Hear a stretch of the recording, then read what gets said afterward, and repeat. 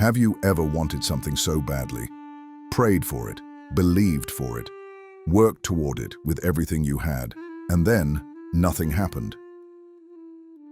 The door didn't open. The relationship didn't come. The breakthrough didn't show up. The opportunity passed you by. And maybe in the silence that followed, a quiet little voice started whispering things you didn't want to hear. Maybe I'm not good enough. Maybe God forgot about me. Maybe this just isn't meant for me after all. What if I told you that voice was wrong?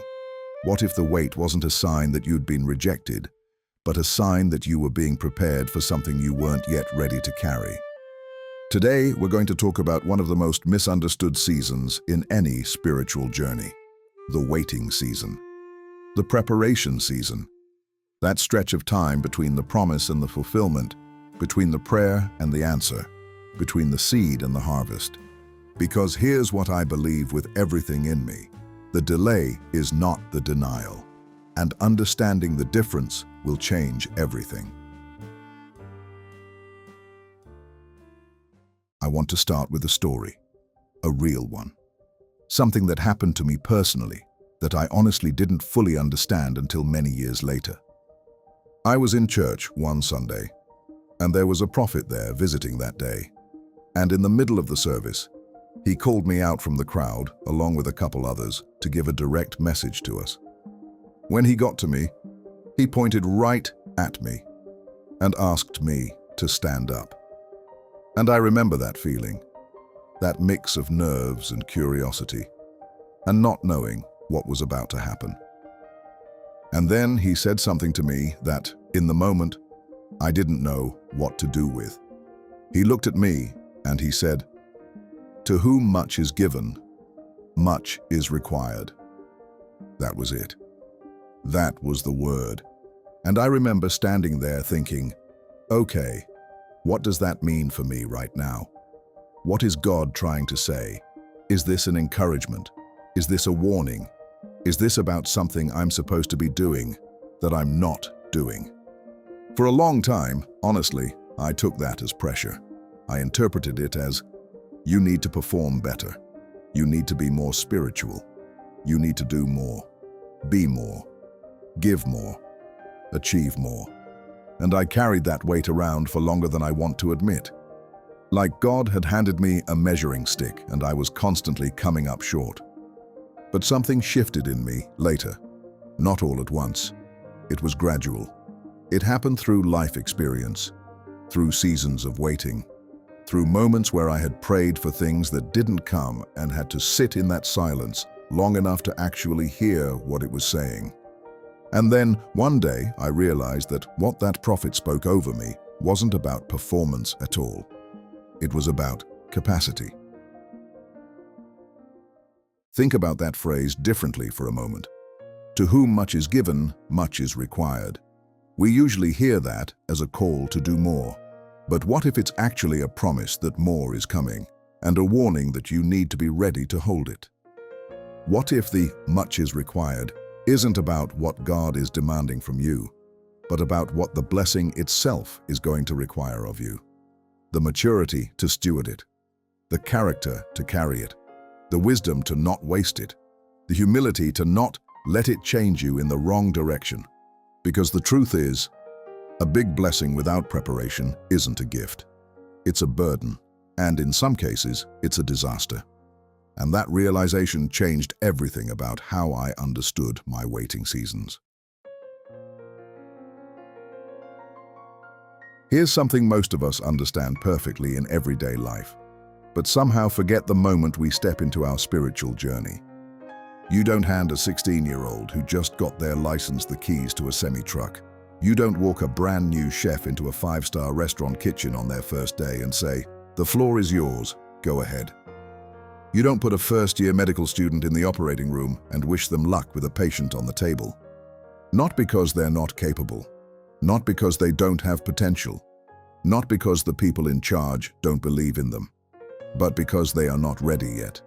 And if you gave them that level of responsibility before they were equipped to handle it, it wouldn't be a gift. It would be a setup for disaster.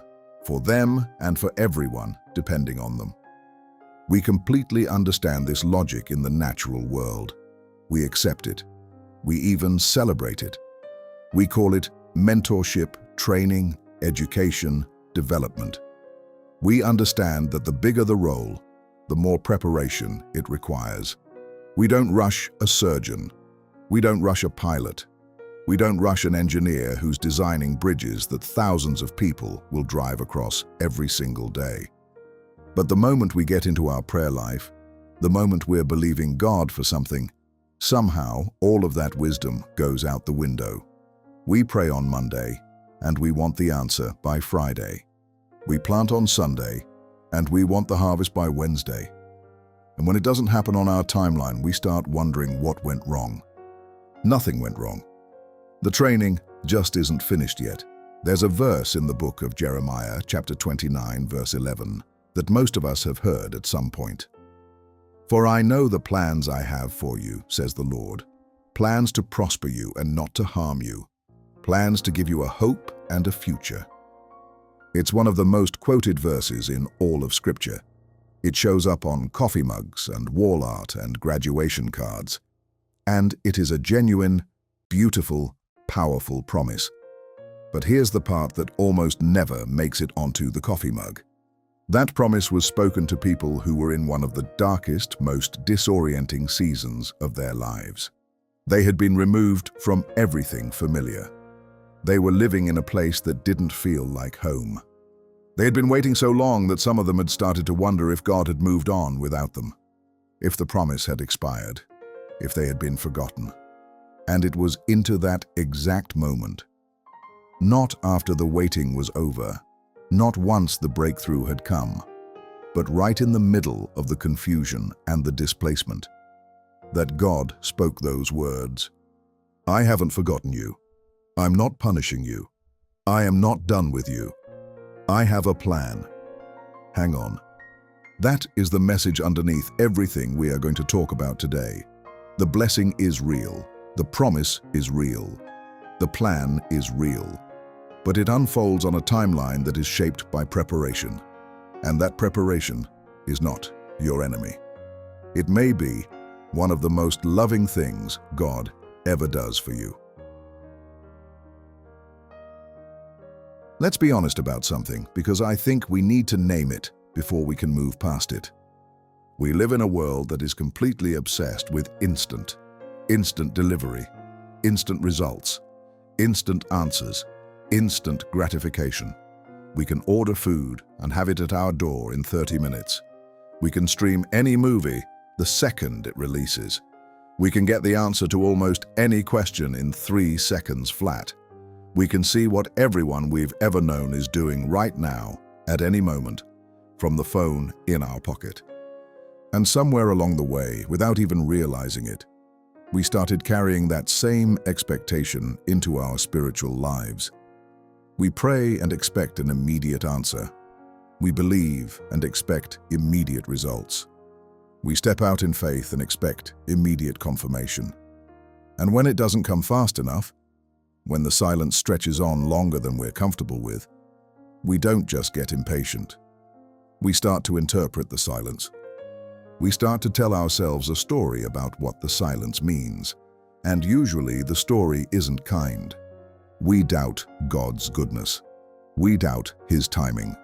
We doubt whether He heard us at all. We doubt whether we prayed the right way, believed hard enough, were good enough to deserve what we were asking for. I know that feeling intimately. I have sat in it for extended seasons of my life. I have prayed prayers that seemed to go nowhere. I have believed for things that didn't come when I thought they should. I have done everything I knew to do. Shown up, been faithful, kept my heart right, and still watched the clock tick without seeing any movement. And I'll tell you honestly what made it harder. It wasn't just the waiting itself. It was watching other people receive the very things I was believing for. Watching someone else get the opportunity. Watching someone else step into the relationship, the career, the breakthrough. and having to wrestle with that feeling, that quiet, uncomfortable question of why them and not me. That is a real experience. It is a human experience. And if nobody in your life has ever given you permission to admit that it's hard, I'm giving you that permission right now. The waiting is hard. Watching others move forward when you feel stuck is hard. That doesn't mean your faith is weak. It means you are human. But here's what I wish someone had sat me down and told me in those seasons. The blessing and everything that comes with it are a package deal. They are not separate items. You don't get the reward without the weight that comes with it. More influence carries more responsibility. More provision carries more decisions and more people depending on you. More love requires more vulnerability and more courage. More purpose brings more pressure and more sacrifice. If God were to hand you something right now that you weren't yet built to carry, and I mean truly built for it, in your character, in your emotional health, in your wisdom and your discipline, and your discernment, you wouldn't just struggle with it, you might lose it. Or it might hurt you in ways you weren't expecting. Or worse, it might become the very thing that pulls you away from who you were created to be. The challenge isn't that God is withholding from you. The challenge is that we often want the reward without the readiness. We want the harvest without going through the planting. We want the graduation without sitting through the years of school. We want the title without the development that makes someone worthy of it. Think about David. You may know the story. The young shepherd boy who stepped forward to face a giant named Goliath when every trained, experienced, battle-hardened soldier in the entire army of Israel had stepped back in fear.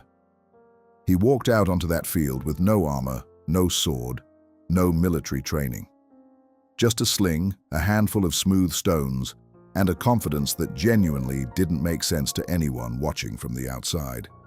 And King Saul even tried to talk him out of it. He said, "You're just a boy. This man has been a warrior since his youth. You don't stand a chance." And David said something remarkable. He said, "When I was tending my father's sheep, a lion came and took a lamb from the flock. And I went after it and struck it down. And then a bear came, and I struck that down too. The same God who delivered me from the lion and the bear will deliver me from this giant." Do you see what David was doing? He wasn't being arrogant. He was pulling from his preparation. He was reaching back into the seasons that felt invisible, the lonely hillside, the quiet fields, the moments nobody was watching, and saying those seasons weren't wasted. Those seasons built something in me that I can stand on right now. Before David ever stood in front of Goliath, he spent years alone on that hillside. No audience, no applause, no recognition, just him and the sheep and the open sky. And it was in that quiet, unglamorous, seemingly unimportant season that his character was being formed. His courage was being developed. His relationship with God was being built into something deep and unshakable. The hillside season was the training ground. The lion and the bear were the preparation. Goliath was the graduation. And here is what I want you to take from that today. The challenges you are facing right now that feel pointless. The seasons that feel invisible and unimportant. The prayers you've been praying in private with no audience and no acknowledgement. Those might be your hillside moments. They might be the exact preparation you need for the giant that is coming. The giant you don't even know is on the way yet. Don't despise the hillside. The hillside is where champions are made. There is another ancient teaching, a parable, about a farmer who goes out to plant. And what makes this story so enduring, so timeless, is its simplicity.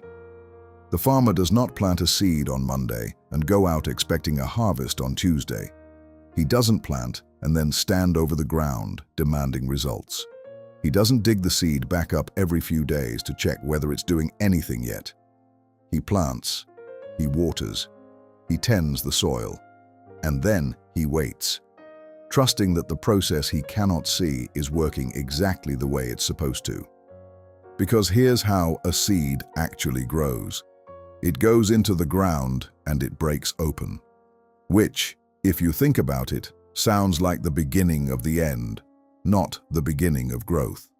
The outer shell cracks, the old form gives way, and before anything appears above the surface, roots go down, deep down, into the dark, building a foundation that nobody can see yet. The plant that eventually breaks through the soil and reaches toward the sun. That plant is supported by a root system that formed in complete hiddenness, in the dark, with no witnesses, no audience, no one watching to acknowledge the progress. Your preparation season is the root season. The growth isn't visible yet. The fruit hasn't appeared. You may look at your life and feel like nothing is happening, like you're standing still while the world moves around you. But beneath the surface, something is taking hold. Roots are going down. Character is being anchored. The foundations of who you are becoming are being laid in the dark, in the quiet, where no one can see it yet. The harvest does not skip the root season, and neither do you. The depth of your roots will determine the height of your growth, and God is far more concerned with the depth of your roots than the speed of your growth. Let me bring this all the way down to earth, because I want this to land in your actual life, not just as a concept, but as something you can recognize in your own story. Think about someone who has been praying and believing for a great relationship. They want a partner who is kind, patient, faithful, emotionally mature, someone who truly sees them and chooses them consistently. They're asking for it. They feel ready for it. From where they're standing, they cannot understand why it hasn't come yet. But what if, at the exact same time they're praying for that relationship, they themselves still carry unhealed wounds from the last one? What if, when things get difficult or uncertain, they go completely silent instead of expressing what they need? What if they still measure their own worth by whether someone chooses them? Which means that the moment a partner has a hard day and pulls back slightly, something inside them panics. If God were to send that perfect person right now, the relationship would be carrying weight that person isn't yet equipped to hold. Not because the other person isn't wonderful, not because they aren't deserving of love, but because the internal capacity, the emotional health, the healed places, the security, isn't fully developed yet. And a relationship built on an unsteady foundation, no matter how beautiful it looks from the outside, will eventually show the cracks. The preparation in that case is not God being cruel. The preparation is God being a good father who loves both people in that equation too much to set them up for unnecessary pain. He is not withholding the relationship. He is protecting it. He is holding it in trust long enough for the person asking to become someone who can truly receive it, hold it, and nurture it into something lasting. And this applies to every area of life. The business you've been praying for, the promotion, the financial breakthrough, the ministry, the platform, the dream. Every single one of those things comes with demands on your character, your discipline, your wisdom, your humility. And God, in His love, will not hand you something that will overwhelm you before you have been built to carry it. There is a teaching in the book of Luke, chapter 16, verse 10, where Jesus says, "Whoever can be trusted with very little can also be trusted with much." Now, most of us have heard that and immediately felt the pressure of it, like it's a test we might be failing, like God is watching how we handle small things and grading us, deciding whether we've earned the right to the next level. But I want you to hear it differently. That is not a performance standard. That is a capacity principle. It is not saying, perform well in the small things and maybe God will reward you. It is saying, the way you handle what you already have is showing you and showing God whether the infrastructure is in place for something larger. Think about it this way. You would not pour 10 gallons of water into a container that can only hold 2. Not because you're withholding the water, but because the container isn't built to hold it yet. The overflow wouldn't be abundance. It would be waste. It would be loss. God is not grading your performance. He is building your capacity. He is enlarging the container. He is strengthening the infrastructure so that when the fullness of what He has for you arrives, it doesn't overflow and wash away. It stays. It multiplies. It becomes everything it was meant to be. And here is the most important distinction of all. There is a fundamental difference between earning and developing. Earning is transactional. You do something, you get something in return. Developing is transformational. You go through something, and you become someone different on the other side. God is not running a transaction with you. He is running a transformation. And transformations take time. They take pressure. They take exactly the kind of seasons that feel the most uncomfortable. I need to stop here and say something directly, because this is the part of the conversation that I believe someone watching right now actually needs to hear. If you have been faithful, if you have been praying with genuine heart, if you have been doing the inner work, doing the growing, showing up for the small things, trying to walk with integrity even when nobody is watching, and the breakthrough still has not come, I want to say this as clearly as I possibly can. You are not being punished. You are being prepared. And I know that is easy to say and genuinely hard to feel when you are in the middle of it. I know that from the inside of a waiting season, it does not feel like preparation. It feels like being overlooked. It feels like being passed over. It feels like the rest of the world received a memo that you never got. It feels like everyone around you is moving into the next chapter of their story while you are somehow stuck on the same page. But I want to ask you something, and I want you to sit with it honestly. What if God gave you the relationship right now, before you had done the healing work from the last one? What if He gave you the platform right now, before He had finished building the humility in you that would keep it from destroying you? What if He gave you the financial breakthrough right now, before you had developed the discipline to steward it and the wisdom to multiply it instead of losing it? What if He gave you the influence right now, before He had rooted your identity deeply enough that the attention wouldn't pull you away from who you actually are? In every one of those scenarios, the blessing wouldn't be a blessing. It would become a burden you weren't equipped to carry, or something you'd lose before you had a chance to do anything meaningful with it, or something that would change you in all the wrong ways because the foundation wasn't solid enough to hold the weight of it. God's delay is not rejection. God's delay is protection. And sometimes the most loving, most faithful, most genuinely caring thing a father can do is say, "Not yet."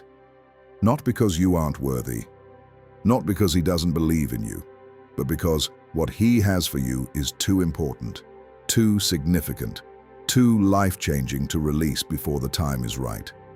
Not yet is not never. Not yet is, "I love you too much to give this to you," before you're ready to truly receive it. And here is one more layer to this that I want you to really sit with. Sometimes the preparation season is not only about you getting ready for the blessing. Sometimes it is also about the blessing getting ready for you. Think about that for a moment, because we tend to see preparation as entirely one-directional. God is working on me so that I can receive what I've been asking for. And that is absolutely true. But it is not the whole picture. The right people need to be positioned. The right doors need to open in the right sequence so that the ones that open stay open. Circumstances on the other side of your breakthrough. Circumstances you have no visibility into right now need to align in a very specific way. And God, who exists outside of time in a way that you and I cannot fully comprehend, is orchestrating things across distances and timelines and the lives of other people that you have never met, all converging toward the moment when your story intersects with your promise. You cannot see that from where you're standing. You are standing close enough to your situation that you can only see your thread, the waiting, the unanswered prayers, the gap between where you are and where you believe you're supposed to be. But the weaver sees the whole tapestry, and the weaver is working. Your waiting is not wasted. It is not empty time.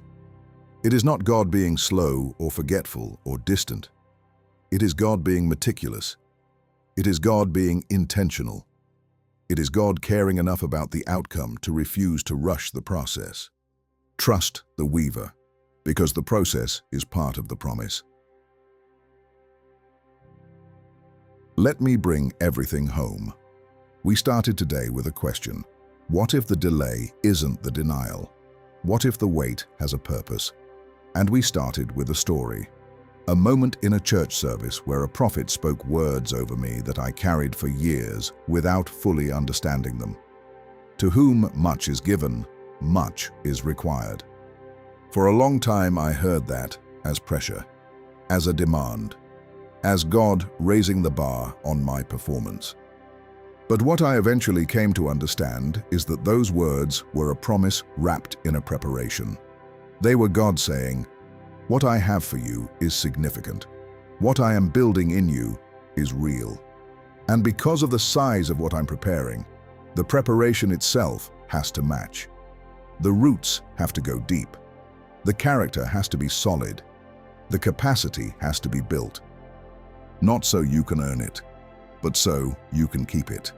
That is the heart of everything we've talked about today. God's preparation is not a detour around the blessing. It is the direct path to it. The preparation and the blessing are not two separate things happening in sequence. They are one continuous story, and you are living inside it right now in whatever season you find yourself in. Just like David needed the hillside before he could stand in front of the giant with unshakable confidence.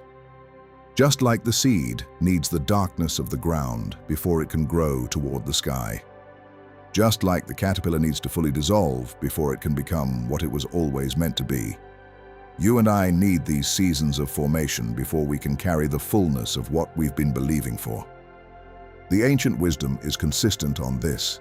Every tradition, every teacher, every story of genuine transformation tells the same truth. Character before calling, roots before fruit, formation before promotion, preparation before promise. So, if you are in a preparation season right now, if this conversation landed in the middle of a waiting season in your life, here is what I want to leave you with. Don't resent the season. Lean into it. Don't run from the refining. Let it do what it came to do. Don't look at someone else's timeline and use it as evidence that something is wrong with yours. Your story is not their story. Your preparation is specific to what you are being prepared for. And the depth of your preparation is actually a reflection of the significance of what is coming. And please, whatever you do, do not give up, because you are closer than you think. The very desire you carry for something greater, something more meaningful, something more aligned with who you truly are. That desire did not come from nowhere. It was placed in you by the same God who is preparing you to walk in it. And what God places in you, He fully intends to bring out of you. The blessing is not lost. It has not been cancelled. It has not been given to someone else. It is being prepared, and so are you. Before you go, I want to hear from you. What are you in a preparation season for right now? What's the thing you've been believing for, praying over, waiting on? Drop it in the comments below. Even if it's just one word: a relationship, a business, healing, peace, purpose, freedom. Just name it. Because sometimes the simple act of naming the thing out loud, of saying it and claiming it, is part of the process of receiving it. And if you see someone else's comment that resonates with something you've been walking through, give it a like. Leave them a word of encouragement. Because one of the most powerful things we can do for each other in the waiting season is look across the space and say, "I see you. I'm in it too. You are not alone." If this conversation stirred something in you and you want to keep going deeper, I have other videos on this channel that explore these same ancient teachings in the language of everyday life. About identity, about purpose, about what it looks like to walk by faith when the road gets long and the answers don't come quickly. Go check those out. I genuinely believe you will find something there that meets you right where you are. And if you're new here, welcome. I am really glad you found this. Subscribe and stay connected, because we go on this journey together every single week. Here are a few questions I want to leave you with to reflect on this week. What waiting season are you currently in? And what might God be building in you through it? Is there an area of your life where you've been wanting the blessing without fully embracing the preparation? And if you think back, is there a past season that felt like delay or disappointment at the time that you can now see was actually preparation for something that came later? Sit with those questions. Journal about them. Take them into your prayer time. Let them do some work in you. Remember this: your wait is not wasted. You are not forgotten. You are not behind. You are not being punished. You are being prepared for something that your current self isn't yet fully able to hold. And that is not a limitation on you. That is a testament to the size of what is coming. The blessing is real. The promise is real. The preparation is real. And when the fullness of it arrives, when the door finally opens and you walk through it into everything you've been believing for, you won't just receive it. You will be ready to keep it. Until next time, trust the process, lean into the preparation, and hold on to this truth when the waiting gets hard. The delay is not the denial. It never was. It was always, always the preparation.